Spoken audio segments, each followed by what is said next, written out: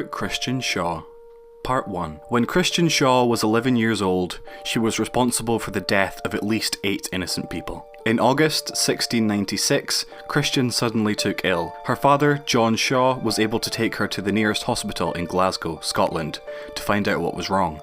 Her story was that she caught the family maid in the kitchen drinking a bottle of milk, and, knowing this wasn't allowed, told the maid she'd tell her father. At which point, the maid apparently laid a curse on her. A few days later, Christian stumbled into a woman named Agnes Naismith. After Christian fell ill for the second time, vomiting up gravel, straw, pieces of coal, bones, and even feathers, her father sought the help of the family physician, who honestly didn't really know what was wrong and just assumed Christian must be possessed. She continued to writhe in agony for weeks, gasping out the names of those she believed to be responsible. As she did this, her father kept note of them.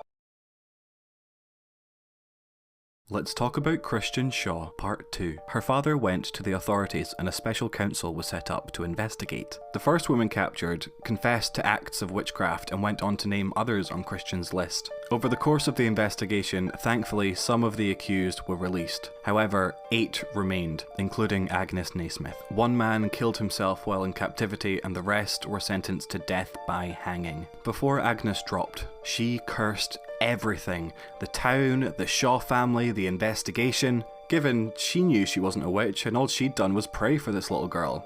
Can you blame her?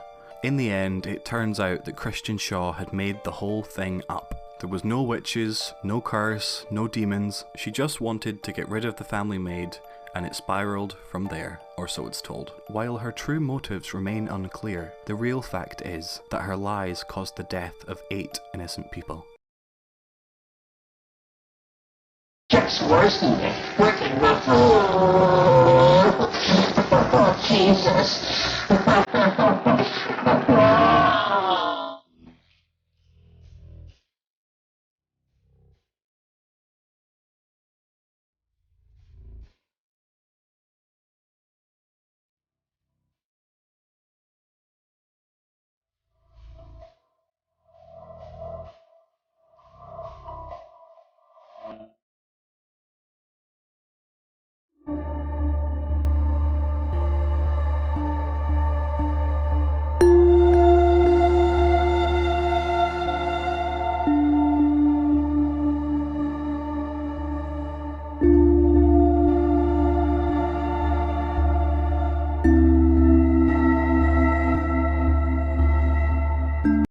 Hey, welcome to your daily True Crime Minisode.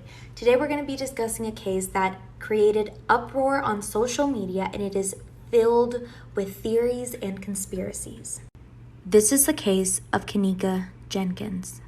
On September 8th, 2017, in Chicago, Illinois, 19-year-old Kenneka Jenkins left her home at around 11:30 p.m. to attend a friend's birthday party. On this day, Kenneka was also celebrating because she had just gotten a new job.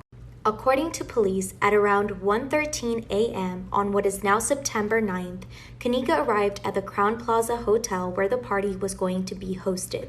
Later on that morning, Kenneka's friends called her mom, Teresa, to tell her that they couldn't find Kenneka anywhere. They told her that they had her car keys and her cell phone, but that she was nowhere to be seen. Teresa got a gut feeling that something was not right. When Kenneka Jenkins goes missing in the Crowne Plaza Hotel, her mother tries to do everything that she can to try and find her. At around 7:14 a.m., Teresa calls the police to report her daughter as missing, but they tell her that she has to wait a full 24-hour period before they can officially report Kenneka as a missing person. In the meantime, Teresa does everything that she can to try to find her daughter. She pleads with hotel staffers to look through security tapes for any signs of Kenneka. Unfortunately, the staffers said that there's nothing they can do and that this was a police matter. Later that day at around 12:46 p.m., Kenneka's sister was able to go down to the Rosemont Police Department where she officially reported Kenneka as missing. At 8:29 p.m., police show up at the hotel and they say they searched the surveillance footage and can't find anything. Later on that night, a horrific discovery would be made.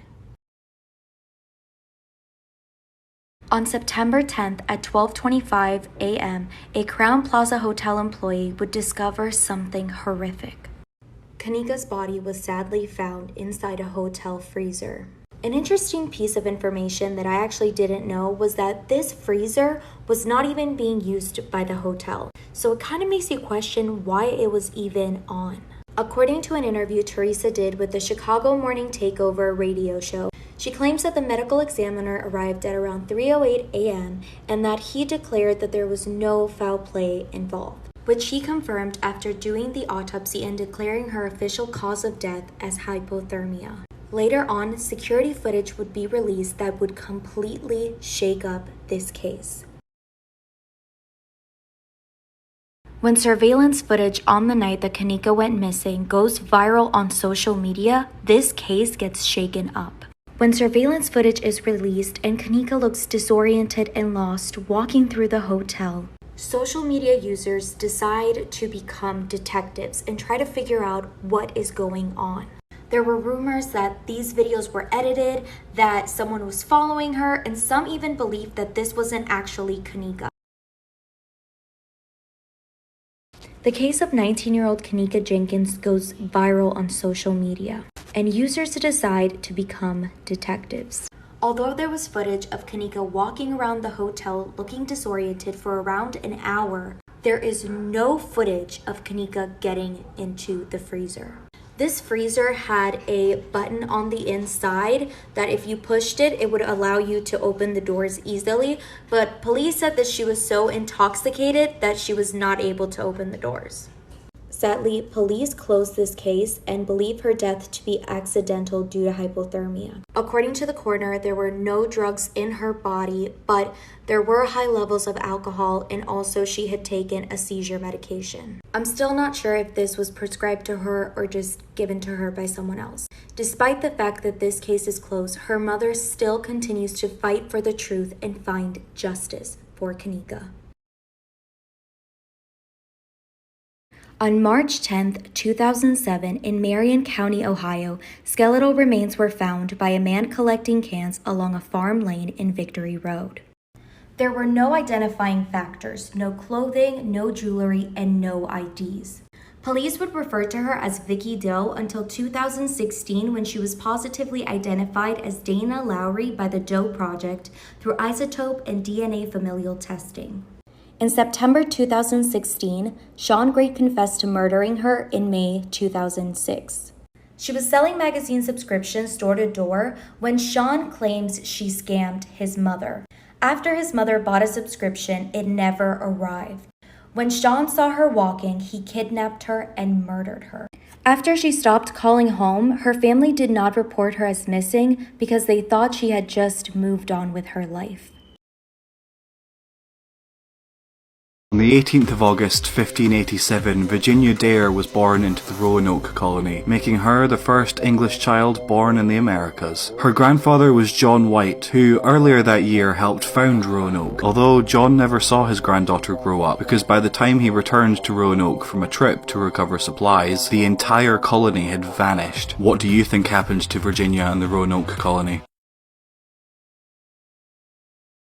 This is the ghost of Braemere Castle. Braemere Castle in Aberdeenshire, Scotland is said to be haunted by a ghostly bride, said to have woken the day after her wedding to find her husband gone. Panicking, she assumes that her husband was disappointed in the marriage and had abandoned her, so she made the rather rash decision of jumping from her chamber window. Of course, as it turns out, the groom didn't really leave, he was just out on an early morning hunting trip.